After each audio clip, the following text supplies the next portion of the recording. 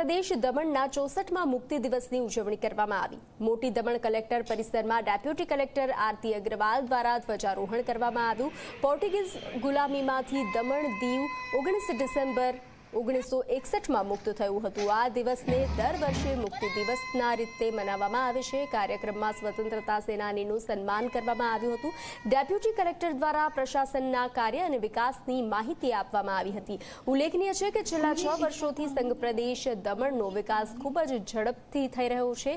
પ્રશાસક પ્રફુલ્લ પટેલના આવ્યા પછી દમણ અને દીવમાં મોટા પાયે વિકાસ થયો છે અને દમણ દીવમાં ટુરિઝમ પણ ખૂબ જ વધ્યું છે। આજના સ્વતંત્રતા દિવસે આની જાણકારી દમણના ડેપ્યુટી કલેક્ટર દ્વારા આપવામાં આવી હતી અને આવનારા સમયમાં હજી પણ જે વિકાસ થવાના છે તે વિશે ડેપ્યુટી કલેક્ટરે લોકોને જાણકારી આપી હતી। आज 64वां मुक्ति दिवस है। 19 दिसंबर 1961 को हमारा संघ प्रदेश पोर्चुगल शासन से आज़ाद हुआ था और उसी की याद में हम ये पर्व हर साल मनाते हैं।